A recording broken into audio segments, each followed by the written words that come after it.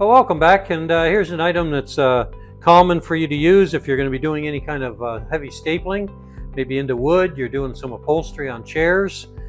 This type of upholstery stapler will staple into hardwood, which your common, one for paper and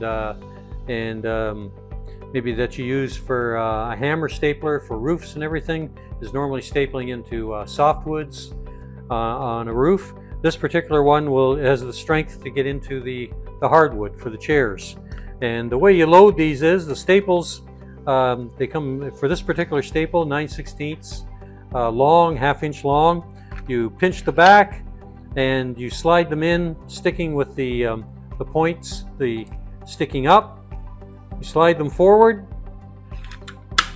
push the magazine forward, and then it's electric. Just plug it in and pull the trigger.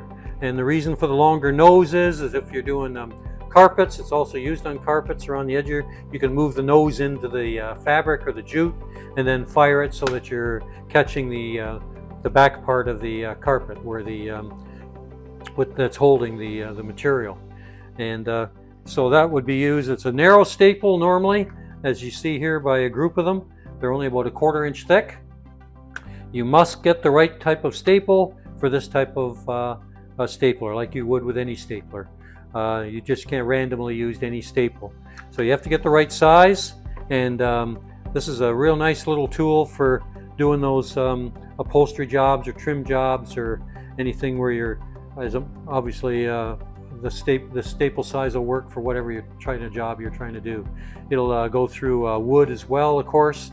If you're doing some underlay or anything and you want to staple it down. The staples normally that you get and that are on this one here are what's called divergent staples. So when they go in, the legs twist, and that's what gives them the hold as opposed to just going straight in.